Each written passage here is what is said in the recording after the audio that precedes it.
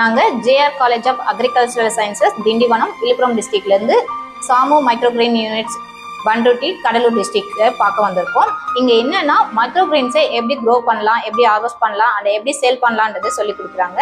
இல்லை 100 varieties of மைக்ரோகிரெயின்ஸ் இருக்கு. இதெல்லாம் வந்து நல்ல க்ரோத் ஆகும். ஒரு 7 daysல வந்து நீங்க ஹார்வெஸ்ட் பண்ணிடலாம். அண்ட் எந்த டைம்ல சோ பண்ணலாம், எந்த டைம்ல ஹார்வெஸ்ட் பண்ணலாம், சேல் பண்ணலான்றது சொல்லி கொடுக்குறாங்க.